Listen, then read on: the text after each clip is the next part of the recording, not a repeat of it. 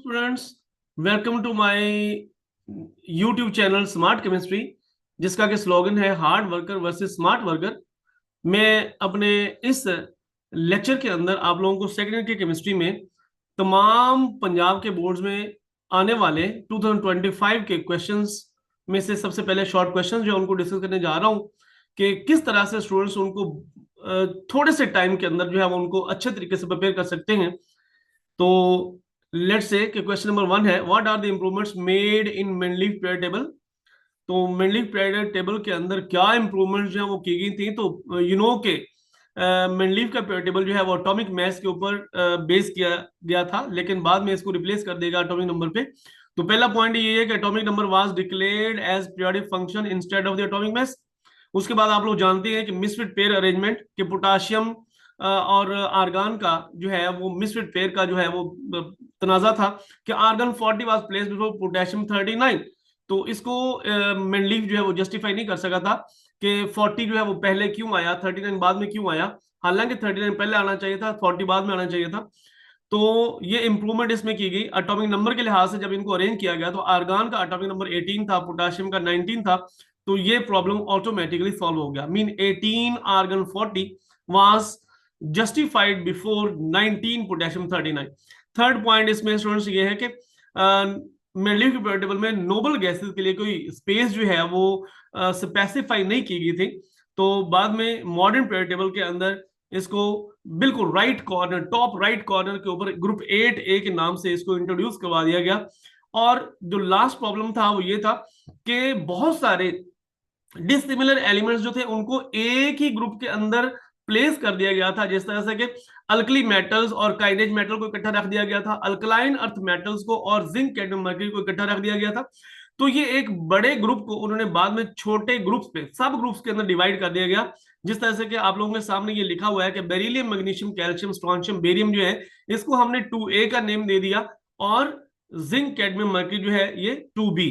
अब question number 2 देखते हैं। Question number 2, how the classification of elements in different blocks helps in understanding their chemistry. तो students कई दफा ये बोर्ड के पेपर में क्वेश्चन आ चुका हुआ है।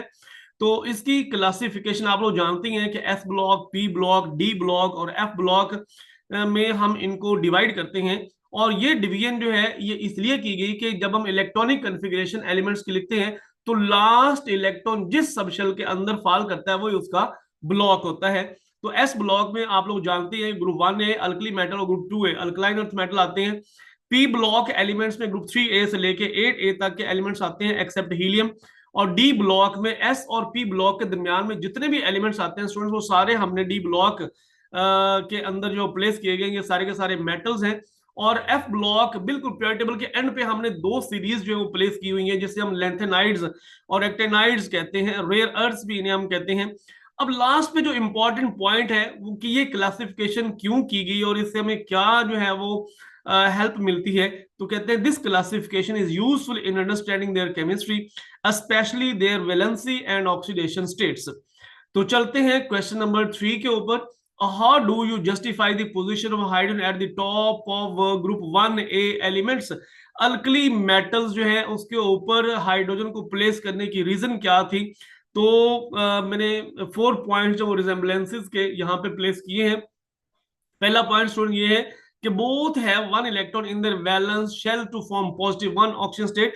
हाइड्रोजन के वैलेंस शेल में भी एक इलेक्ट्रॉन है, अल्कली मेटल्स के वैलेंस शेल में भी एक इलेक्ट्रॉन है। तो ये एक इलेक्ट्रॉन निकाल के पॉजिटिव वन ऑक्सीजन स्टेट का जो है वो आयन बना लेते हैं। तो ये एक रिजेम्बलेंस है इन दोनों के अंदर। दूसरा पॉइंट क्या है कि both have tendency to combine with halogens.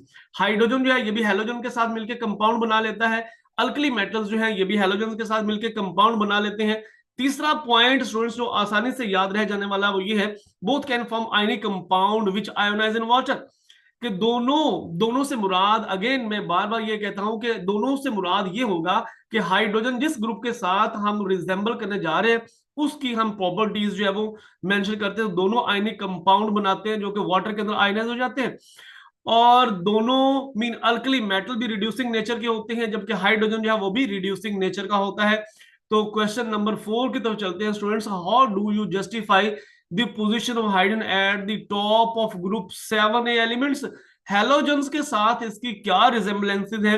तो हम लोग जानते हैं कि हाइड्रोजन गैस है और फ्लोरीन और क्लोरीन जो है ये भी गैसेज हैं। तो मीन ये एक रिजेम्बलेंस का पॉइंट है। Both exist as diatomic molecules. Hydrogen H2 की फॉर्म में एग्जिस्ट करता है, तो तमाम हैलोजन जो है F2 Cl2 Br2 I2 की फॉर्म में एग्जिस्ट करते हैं।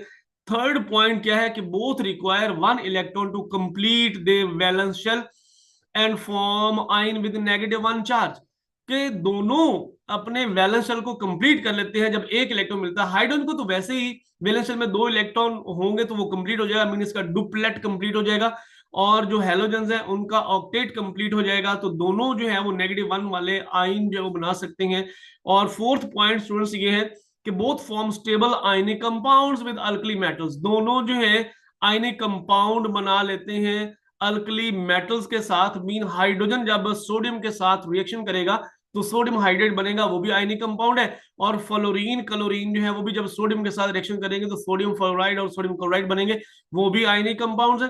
तो चलते हैं स्टूडेंट्स क्वेश्चन नंबर 5 की तरफ। How do you justify the position of hydrogen at the top of 4A elements? 4A elements carbon, silicon, germanium, tin and lead जो है इनके साथ इनकी क्या रिजेम्बलेंसेज हैं? तो हम लोग जानते हैं कि कार्बन और सिलिकॉन दोनों जो है वो क्या है, नॉन मेटल है। तो हाइड्रोजन भी नॉन मेटल है, तो ये भी एक रिजेम्बलेंस का पॉइंट है। दूसरा पॉइंट स्टूडेंट्स ये है कि ग्रुप 4A के वैलेंस शेल में 4 इलेक्ट्रॉन होते हैं और इसको वैलेंस शेल कंप्लीट करने के लिए 4 ही और चाहिए। ठीक है, मीन हाफ फील्ड है इनका वैलेंस शेल। हाइड्रोजन जो है उसको 1 इलेक्ट्रॉन चाहिए अपना वैलेंस शेल कंप्लीट करने के लिए, 1 इलेक्ट्रॉन उसके वैलेंस शेल में मौजूद है। तो हम ये कहते हैं कि दोनों के वैलेंस शेल क्या है, हाफ फील्ड है। और थर्ड पॉइंट स्टूडेंट्स क्या है, बोथ हैव रिड्यूसिंग नेचर। अब हाइड्रोजन जो है ये भी मेटल ऑक्साइड को रिड्यूस कर देता है, इस तरह से कार्बन जो है ये भी मेटल ऑक्साइड को रिड्यूस कर देता है। मीन कॉपर ऑक्साइड जो है इसमें से ऑक्सीजन निकाल लेगा, कौन, हाइड्रोजन निकाल लेगा। और जब हाइड्रोजन ऑक्सीजन जब किसी कंपाउंड से निकलता है तो उसकी रिडक्शन होती है। रिडक्शन कौन करवा रहा है स्टूडेंट्स, हाइड्रोजन करवा रहा है। इसी तरह से आप देखें SnO2 टिन ऑक्साइड जो है वो जब कार्बन के साथ रिएक्शन करता है तो कार्बन में इसमें से क्या करेगा, ऑक्सीजन निकाल लेगा। जब कार्बन ऑक्सीजन निकाल लेगा तो ऑब्वियसली टिन ऑक्साइड की क्या होगी, रिडक्शन होगी है। तो रिड्यूसिंग नेचर के होते हैं, मीन दूसरे को रिड्यूस करवा देते हैं। Both can form stable covalent compound. Hydrogen जो है आप लोग जानते हैं बेशुमार ऑर्गेनिक कंपाउंड्स जो है वो बनाता है, और कार्बन जो है वो भी, कार्बन सिलिकॉन जो है ये कोवलेंट कंपाउंड्स बनाते हैं। तो स्टूडेंट्स ये पॉइंट्स हैं सिमिलैरिटी के ग्रुप 4A के साथ हाइड्रोजन के। चलते हैं जी क्वेश्चन नंबर 6 की तरफ। Why ionic radii of negative ions are larger than size of their parent atom? बहुत इंपॉर्टेंट क्वेश्चन है, मैनी मैनी टाइम्स ये पास्ट पेपर्स के अंदर आ चुका हुआ है। इस दफा भी इसके बोर्ड के पेपर में आने के बड़े स्ट्रॉन्ग चांसेस हैं। तो देखते हैं। पहला तो पॉइंट आप लोग जानते हैं कि negative ions are always larger in size than their parent atoms because of, क्यों, क्या होता है, कहते हैं जी कि addition of electron causes repulsion. जब नेगेटिव आयन सोर्स बनता है ना तो इनकमिंग इलेक्ट्रॉन, जब वैलेंस शेल के अंदर इलेक्ट्रॉन आता है तो वो क्या करेगा, पहले से मौजूद इलेक्ट्रॉन से वो रिपल्शन फील करेगा। This repulsion causes expansion of the shell. इससे क्या हो जाएगा, शेल एक्सपेंड कर जाएगा। थर्ड पॉइंट में एग्जांपल दे दिया हमने, fluorine +1 electron goes to fluoride ion. और इसका हम देखते हैं कि रेडियस में क्या चेंज आता है। कि फ्लोरीन एटम का जो रेडियस होता है स्टूडेंट्स वो 72 पिकोमीटर का होता है, और फ्लोराइड आइन जो है वो 133 पिकोमीटर का होता है। और ये इस तरह से भी शॉर्ट क्वेश्चन में बोर्ड के पेपर में कई दफा आ चुका हुआ है। मतलब ये जो लास्ट लाइन है, क्वेश्चन आपको इस तरह से भी आ सकता है कि radius of fluorine atom is 72 picometer whereas that of fluoride ion is 133 picometer, justify। तो आप यही आंसर जो है इसके जो यही तमाम पॉइंट्स इसके आंसर में भी लिख सकते हैं। तो स्टूडेंट्स चलते हैं क्वेश्चन नंबर 7 की तरफ। Why ionization energy decreases down the group and increases along the period? ये शॉर्ट क्वेश्चन आपको स्प्लिट होके भी आ सकता है, मीन अलग से इस तरह से भी आ सकता है कि why ionization energy decrease down the group, और इस तरह से भी आ सकता है why ionization energy increases along the period. तो मैंने दोनों को इकट्ठा कर दिया इंतहाई शॉर्ट पॉसिबल टाइम के अंदर याद करने के लिए, कि अगर ये इस तरह से भी आए तो आप आसानी से उसका आंसर जो दे सकते हैं। Ionization energy decreases down the group because of, क्यों डिक्रीज होती है, हम जानते हैं कि जैसे हम डाउन द ग्रुप जा रहे हैं hydrogen lithium, sodium, potassium, rubidium, caesium की तरफ, तो स्टूडेंट्स क्या होता है, साइज इंक्रीज होता चल जा रहा है। तो मैंने लिखा है increase in size due to shielding effect. अब शेल्स, हाइड्रोजन का एक शेल है, लिथियम के दो शेल है, सोडियम के तीन शेल है। इस तरह से जैसे ही हम डाउन द ग्रुप मूव करते जा रहे हैं स्टूडेंट्स, तो एक एक शेल बढ़ता चल जा रहा है। ठीक है, अब शेल जो है वो एक दूसरे के, एक शेल के इलेक्ट्रॉन दूसरे शेल के इलेक्ट्रॉन को रिपेल भी करते हैं, जिसे हम शील्डिंग इफेक्ट कहते हैं। तो हम कहते हैं increase in size due to shielding effect. उसका रिजल्ट क्या होता है, न्यूक्लियर फोर्स स्टूडेंट्स कम हो जाती है। किस पे न्यूक्लियर फोर्स कम हो जाती है, वैलेंस शेल के ऊपर न्यूक्लियर फोर्स की अप्रोच जो है वो कम हो जाती है, और आसानी से इलेक्ट्रॉन जो है वो रिमूव किया जो है वो करवाया जा सकता है। That is why it is easy to remove electron from top to bottom in a group, hence ionization energy decreases down the group. तो ये फर्स्ट हाफ का आंसर है, जो कि मैंने कहा अलग से भी ये क्वेश्चन आ सकता है। नेक्स्ट है, ionization energy increases along the period because of. क्यों आयोनाइजेशन एनर्जी एक पीरियड में इंक्रीज होती है, तो हम जानते हैं स्टूडेंट्स के lithium, beryllium, boron, carbon, nitrogen, oxygen, fluorine and neon, जब हम जा रहे हैं लेफ्ट टू राइट, तो साइज जो वो कम होता चला जा रहा है। क्यों साइज कम होता चला जा रहा है, क्योंकि वैलेंस शेल में इलेक्ट्रॉन तो बढ़ रहे हैं, लेकिन न्यूक्लियस के अंदर नंबर ऑफ प्रोटॉन्स भी बढ़ रहे हैं। अब शेल चूंकि चेंज नहीं हो रहा, जब न्यूक्लियस के अंदर प्रोटॉन्स की तादाद बढ़ती है, तो न्यूक्लियस बड़ा पावरफुल हो रहा है, वो वैलेंस शेल के इलेक्ट्रॉन को टाइटली अट्रैक्ट करता जा रहा है। तो ये मैंने लिखा है, decrease in size increases nuclear charge, hence valence electrons are tightly held and difficult to remove, so ionization energy increases along the period. चलते हैं स्टूडेंट्स क्वेश्चन नंबर 8 की तरफ। Why the second value of electron affinity of an element is usually shown with positive sign? बहुत important question है।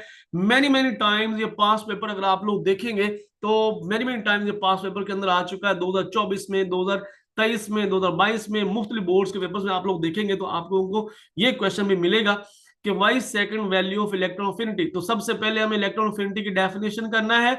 Electron affinity is the energy released और absorbed when an electron is added to the valence shell of a gaseous atom. के gas की form में जब कोई atom होता है, उसके वैलेंस शेल में स्टूडेंट्स जब कोई इलेक्ट्रॉन ऐड करते हैं, तो एनर्जी जो है रिलीज भी हो सकती है, एब्सॉर्ब भी हो सकती है, उसे हम उसकी इलेक्ट्रॉन अफिनिटी एनर्जी बोलेंगे। तो ये यूनी नेगेटिव आयन के लिए हमेशा क्या होती है, एक्सोथर्मिक होती है। When second electron is added to a uni negative ion, it is repelled by already present negative charge.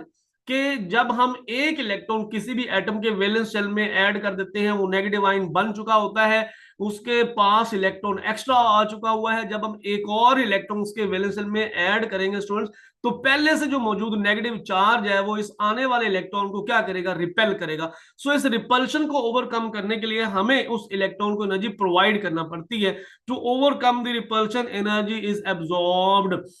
This absorbed energy is expressed as positive figure.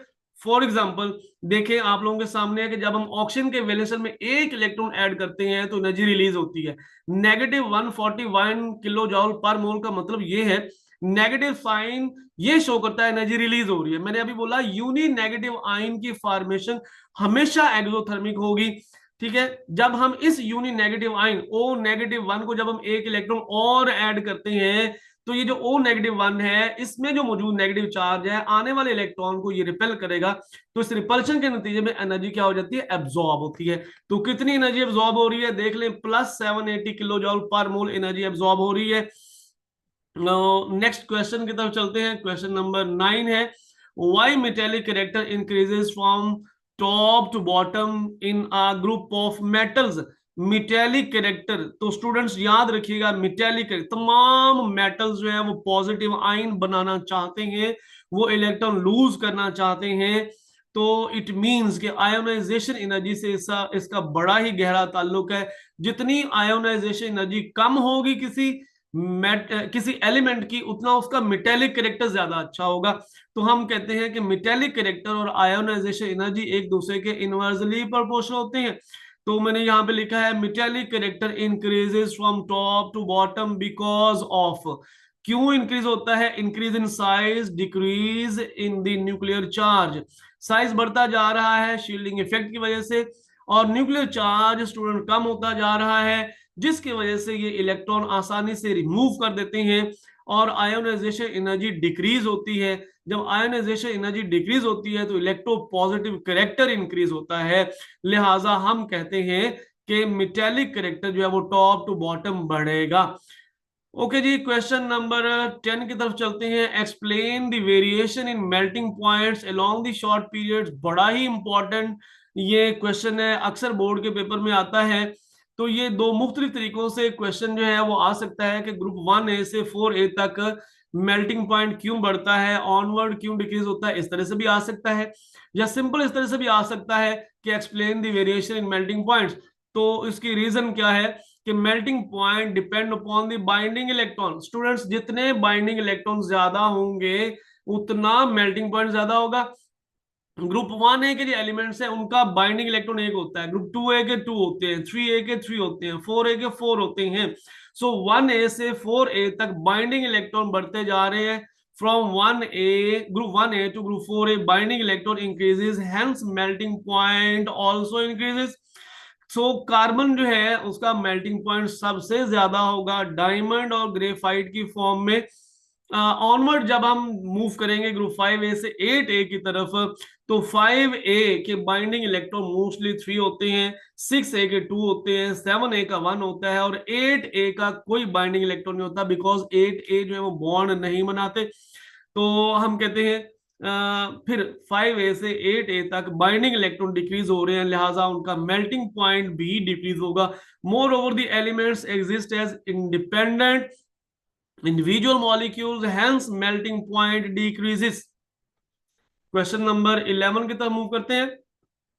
Why the oxygen state of noble gases is usually zero। अभी हमने discuss किया इससे पिछले question के अंदर कि 8A जो है वो बॉन्ड नहीं बनाते। क्यों नहीं बॉन्ड बनाते स्टूडेंट्स? उनका वैलेंस शेल कंप्लीट है, ऑक्टेट कंप्लीट है, स्टेबल है, ना वो इलेक्ट्रॉन गेन करेंगे ना वो इलेक्ट्रॉन लूज करेंगे। जब इलेक्ट्रॉन गेन और लूज नहीं करेंगे तो वो बॉन्ड नहीं बनाएंगे, लिहाजा उनका ऑक्सीजन स्टेट भी नहीं होगा, तो ऑक्सीजन स्टेट जीरो होगा।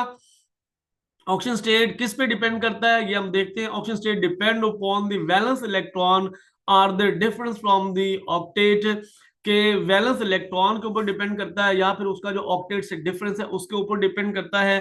तो दोनों सूरतों में वैलेंस शेल कंप्लीट है, ऑक्टेट कंप्लीट है। तो ग्रुप 8A और zero group has zero oxygen state because of के कंप्लीट वैलेंस शेल है। Students, there is no vacancy in outermost shell. Outermost shell के अंदर वैकेंसी ऑफ इलेक्ट्रॉन की मजीद नहीं है, that is why they are called inert elements और least reactive elements जिन्हें हम कहते हैं। यही वजह है कि इनका ऑक्सीजन स्टेट क्या होता है, जीरो होता है। क्वेश्चन नंबर 11 की तरफ 12 की तरफ मूव करते हैं। Why diamond is a non conductor and graphite is a fairly good conductor of electricity. बहुत इंपॉर्टेंट क्वेश्चन है, मैनी मैनी टाइम्स बोर्ड के पेपर्स में ये आ चुका हुआ है।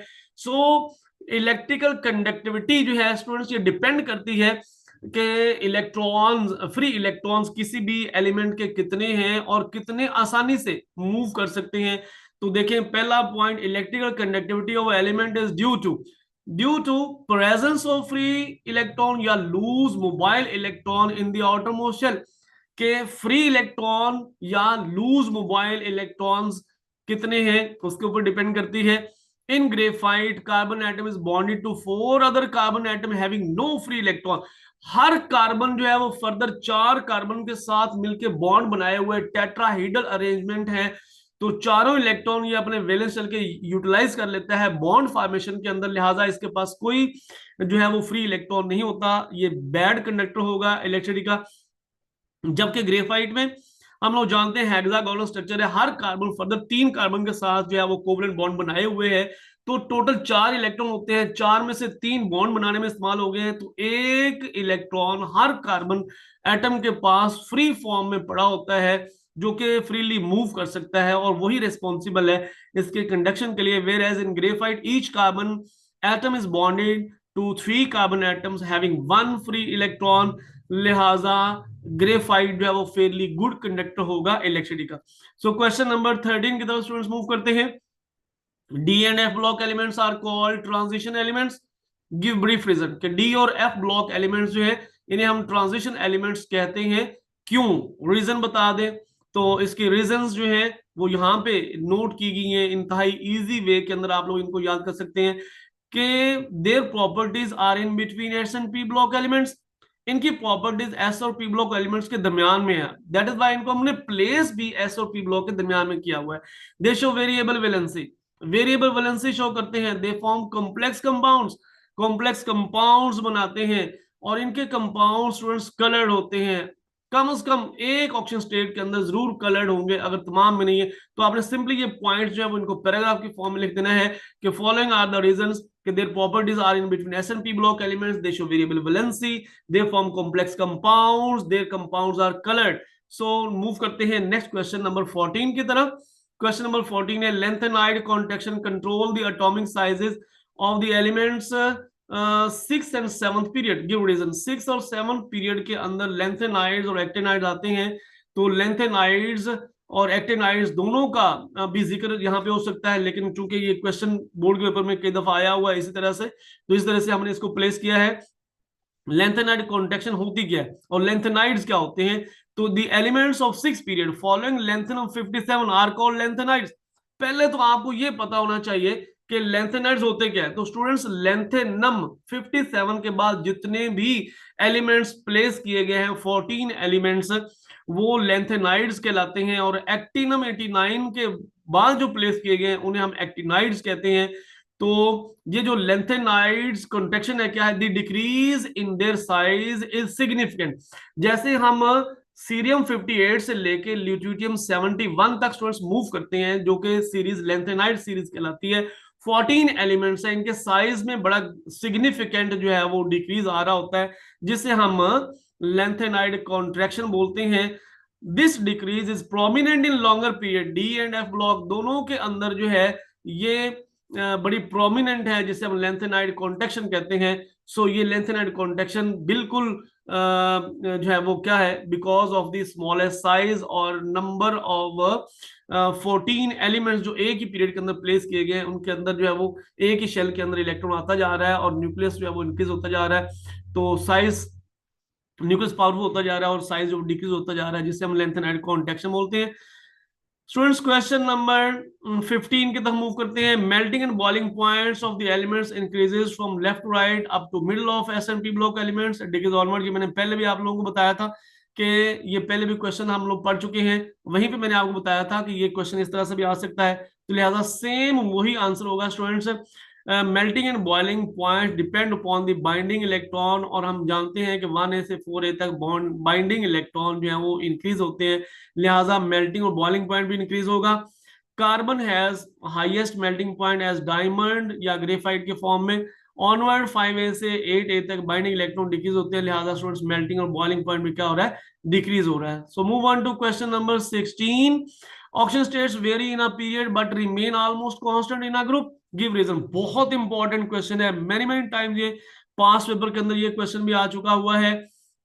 The oxygen state depends upon the group number, bracket में लिखा हुआ है valence electron of the elements, यानी ग्रुप नंबर या वैलेंस इलेक्ट्रॉन। अब चूंकि जानते हैं ग्रुप नंबर वैलेंस इलेक्ट्रॉन से रिलेट करता है, इसलिए मैंने दोनों चीजों को मेंशन किया यहाँ पे। तो अब हम देखते हैं, hence from top to bottom in a group oxygen state remain same. क्यों? वैलेंस इलेक्ट्रॉन सेम रह रहे हैं। मसलन हम अल्कली मेटल की बात करते हैं, lithium, sodium, potassium, rubidium, caesium, तमाम का ऑक्सीजन स्टेट स्टूडेंट्स क्या है, 1 है। ऑक्सीजन स्टेट 1 क्यों है? बिकॉज इनके वैलेंस शेल में एक इलेक्ट्रॉन है। अल्कलाइन अर्थ मेटल की बात करते हैं, beryllium, magnesium, calcium, strontium, barium, iridium, तमाम का ऑक्सीजन स्टेट +2 है, क्योंकि वैलेंस शेल में कितने इलेक्ट्रॉन है, 2 है। तो ऑलमोस्ट की बात इसलिए कि थोड़ी सी वेरिएशन कहीं आ सकती है। So hence from top to bottom in a group oxygen state remain same, क्योंकि उनके वैलेंस इलेक्ट्रॉन सेम रहते हैं। But in a period from left to right group number changes. अब हम लेफ्ट टू राइट जब मूव करते हैं, lithium के वैलेंस शेल में 1 इलेक्ट्रॉन है, बेरिलियम के 2 इलेक्ट्रॉन है, बोरॉन के 3 इलेक्ट्रॉन है, कार्बन के 4 इलेक्ट्रॉन है, नाइट्रोजन के 5 इलेक्ट्रॉन है, ऑक्सीजन के 6 इलेक्ट्रॉन है, फ्लोरीन के 7 इलेक्ट्रॉन है। तो ये वैलेंस इलेक्ट्रॉन कॉन्टिन्यूसली क्या कर रहे हैं स्टूडेंट्स, वेरी कर रहे हैं। जब वैलेंस इलेक्ट्रॉन वेरी कर रहे हैं तो ऑब्वियसली उनका ऑक्सीजन स्टेट भी वेरी करेगा। But in a period from left to right group number changes, hence oxygen state also changes due to valence electrons. तो चलते हैं क्वेश्चन नंबर 17 की तरफ। The hydration energies of ions are in the following order, कि aluminium ion की hydration energy सबसे ज्यादा होती है, then magnesium ion, then sodium ion. Give reason. बड़ा ही इंपॉर्टेंट क्वेश्चन है स्टूडेंट्स, मेनी मेनी टाइम्स। ये अगर मैं इसको यूं कहूं कि हर साल के पेपर में आता है, तो ये बात को गलत नहीं होगी, क्योंकि देखें इस वक्त पंजाब के 9 डिवीजन हैं, 9 बोर्ड्स हैं, और अगले साल इंशाल्लाह 10 डिवीजन जो है वो हो जाएंगी, तो 10 बोर्ड्स हैं। तो 10 बोर्ड के अंदर या 9 बोर्ड के अंदर जब क्वेश्चन आ रहा होता है, तो एक चैप्टर में से 2 या 3 क्वेश्चन जब आने हैं, तो मैक्सिमम चांस होते हैं क्वेश्चन जो किसी न किसी बोर्ड के अंदर रिपीट हो जाता है। तो एल्यूमिनियम आयन की हाइड्रेशन एनर्जी सबसे ज्यादा क्यों होती है, आइए देखते हैं रीजन। के hydration energy depend upon the charge density. अब चार्ज डेंसिटी क्या होती है स्टूडेंट्स, ये मैंने लिखा है charge density is equal to charge over size ratio. Mean charge density जो है वो डायरेक्टली रिलेट कर रही है चार्ज से। अब देखिए एल्यूमिनियम, मैग्नीशियम, सोडियम में से किसका चार्ज सबसे ज्यादा है, एल्यूमिनियम का, तो जिसका चार्ज ज्यादा उसकी चार्ज डेंसिटी भी ज्यादा। दूसरी तरफ आ जाए, साइज के साथ इनवर्स रिलेशन है, जितना पॉजिटिव चार्ज ज्यादा होता है ना स्टूडेंट्स, उतना साइज कम होता है। अब साइज कम होगा तो चार्ज डेंसिटी क्या हो जाएगी, ज्यादा होगी। जब चार्ज डेंसिटी ज्यादा होगी तो हाइड्रेशन एनर्जी जो है वो भी क्या हो जाएगी, ज्यादा हो जाएगी, क्योंकि हाइड्रेशन एनर्जी डायरेक्टली रिलेट कर रही है चार्ज डेंसिटी के साथ। Hence aluminium +3 ion has the highest value of hydration energy due to highest charge and smallest size. और दूसरी तरफ चले सोडियम की तरफ, तो sodium ion has the least value of hydration energy इन तीनों में से due to lowest charge. Charge mean देखे ना, +3 +2 +1, किसका चार्ज कम है, सोडियम का चार्ज सबसे कम है। और साइज किसका ज्यादा है, जिसके पास चार्ज कम है उसका साइज ज्यादा होगा। सो सोडियम आयन का साइज ज्यादा है, ठीक है। मैग्नीशियम आयन का साइज कम है, एल्यूमिनियम आयन का साइज सबसे कम है। तो बड़ा ही आसानी से इसका आंसर जो हम याद कर सकते हैं। चलते हैं क्वेश्चन नंबर 18 की तरफ students. Question number 18, ionic character of halide decrease from left to right. Left to right एक पीरियड में जब जाते हैं तो कहते हैं आयनिक कैरेक्टर डिक्रीज कर रहा है। आयनिक कैरेक्टर आप लोग जानते ही हैं किस चीज पे डिपेंड करता है, ionic character is due to the difference in electronegativity and electropositivity of the elements. Elements की इलेक्ट्रोनेगेटिविटी और इलेक्ट्रोपॉजिटिविटी का जो डिफरेंस है स्टूडेंट्स, उसके ऊपर डिपेंड करता है। जितना ये डिफरेंस ज्यादा होगा उतना आयनिक कैरेक्टर ज्यादा होगा, जितना ये डिफरेंस कम होगा उतना आयनिक कैरेक्टर कम होगा। और याद रखिएगा लेफ्ट से राइट की तरफ जाते हुए इलेक्ट्रोनेगेटिविटी बढ़ रही है, इलेक्ट्रोनेगेटिविटी बढ़ रही है। जब इलेक्ट्रोनेगेटिविटी बढ़ रही है स्टूडेंट्स, तो क्या हो रहा है, हम जानते हैं कि ionic character is due to the difference in electronegativity and electropositivity of the elements. तो देखते हैं कि in a period from left to right this difference decreases. मतलब ग्रुप 1A का एक एलिमेंट लिया है, ग्रुप 7A का एलिमेंट लिया है, अब ग्रुप 1A और 7A के दरमियान में ये डिफरेंस ज्यादा होगा, और दोनों ही अगर 7A से ले लिए तो अब ये डिफरेंस क्या होगा, कम होगा। तो जब ये डिफरेंस कम होगा लेफ्ट से राइट जाते हुए, तो ऑब्वियसली आयनिक कैरेक्टर स्टूडेंट्स क्या हो जाएगा, कम हो जाएगा। तो in period from left to right this difference decreases, hence ionic character of halides decreases. तो बड़ा सिंपल सा आंसर जो है वो इसका है, आप आसानी से याद कर सकते हैं। चलते हैं जी क्वेश्चन नंबर 19 की तरफ। हमारा सेकंड लास्ट क्वेश्चन है इस चैप्टर का, कि अल्कली मेटल्स गिव आयनिक हाइड्राइड्स गिव रीजन। अभी हम बात कर रहे हैं पिछले चैप्टर के अंदर, हम बात पिछले क्वेश्चन के अंदर हम बात कर रहे हैं आयनिक कैरेक्टर जो है वो लेफ्ट राइट जाते हुए क्या हो रहा है, डिक्रीज हो रहा है। अब हम बात करें अल्कली मेटल्स। अल्कली मेटल्स जो है वो मोस्ट इलेक्ट्रो पॉजिटिव एलिमेंट है पीरियोडिक टेबल के। So ionic character again is due to the difference in electronegativity and electropositivity of the elements. So alkali metals are the elements having the highest electropositive character and the hydrogen have the tendency to accept the electron. कि alkali metals जो है उनका electro positive character ज्यादा है, hydrogen की tendency है कि वो इलेक्ट्रॉन को ले लेता है। तो जब ले लेगा तो ऑब्वियसली इन दोनों का जो कंपाउंड बनेगा वो आयनिक कंपाउंड होगा। मतलब मैं पहले भी बात कर चुका हूं, सोडियम और हाइड्रोजन जब आपस में रिएक्शन करेंगे तो सोडियम हाइड्राइड बनेगा, और सोडियम हाइड्राइड पानी के अंदर आयोनाइज हो जाता है। क्यों क्यों आयोनाइज हो जाएगा, बिकॉज ये आयनिक है। चलते हैं जी लास्ट क्वेश्चन की तरफ, बड़ा ही इंपॉर्टेंट क्वेश्चन, अक्सर बोर्ड के पेपर में आता है। ये स्टेटमेंट लंबी है, इसको शॉर्ट करके भी दिया जा सकता है, आखिरी जो लाइन है वो भी शॉर्ट क्वेश्चन के अंदर आ जाती होती है कि sodium oxide is basic while P2O5 is acidic in character give reason. इतना भी ये क्वेश्चन की स्टेटमेंट आ जाती होती है। तो ठीक है, पूरे का पूरा चूंकि ये एक्सरसाइज में मौजूद है इसलिए मैंने पूरी स्टेटमेंट लिखी है कि बाज़ बच्चे घबरा जाते हैं कि ये क्वेश्चन जो वो इस तरह से दिया हुआ है, लेकिन यहाँ पे इस तरह से दिया हुआ है, तो इस तरह का भी छोटा थोड़ा सा बाजू का जो है वो प्रॉब्लम आता है बच्चों को। Although both sodium and potassium are present in the same period of the periodic table, yet their oxides are different in nature. Sodium oxide is basic while P2O5 is acidic in character. Reason बता दे तो students, बड़ी ही simple सी reason है, oxides of metal are basic in character and they give base in water. जितने भी metals हैं उन तमाम के ऑक्साइड्स जो हैं वो नेचर में बेसिक होते हैं। क्यों बेसिक होते हैं? क्योंकि जैसे हम उनको वाटर में डिसॉल्व करेंगे ना, वो क्या बना देंगे, वो बेस बना देंगे। जैसा कि अब एग्जांपल, सोडियम की एग्जांपल मैंने दी है यहाँ पे। सोडियम, बल्कि क्वेश्चन के अंदर भी उन्होंने खुद ही पूछा हुआ है सोडियम। सोडियम एक मेटल है, उसका ऑक्साइड सोडियम ऑक्साइड है, वाटर में पुट किया स्टूडेंट्स, क्या बन गया? सोडियम हाइड्रोक्साइड बन गया, जो कि एक बेस है। नेक्स्ट देखते हैं कि नॉन मेटल्स जितने भी हैं इनके ऑक्साइड्स जो है स्टूडेंट्स क्या होते हैं? एसिडिक नेचर के होते हैं। क्योंकि वो वाटर में जब उनको पुट करते हैं तो वो एसिड देते हैं। और खुद उन्होंने यहाँ पे क्वेश्चन के अंदर फास्फोरस दिया हुआ, तो फास्फोरस जो है वो एक नॉन मेटल है। इस नॉन मेटल का ऑक्साइड P2O5 जब वाटर के अंदर पुट करेंगे स्टूडेंट्स, फॉस्फोरिक एसिड बनेगा, फॉस्फोरिक एसिड बनेगा। अब इसकी जगह कोई और भी अगर नॉन मेटल है, लाइक दैट ऑफ सल्फर है, सल्फर का ऑक्साइड है, वो पानी में डालेंगे स्टूडेंट्स, क्या बनेगा? सल्फ्यूरिक एसिड बन जाएगा। So that's all students for today. अब आज का ये जो लेक्चर है हमारा खत्म होता है। अल्लाह हाफिज।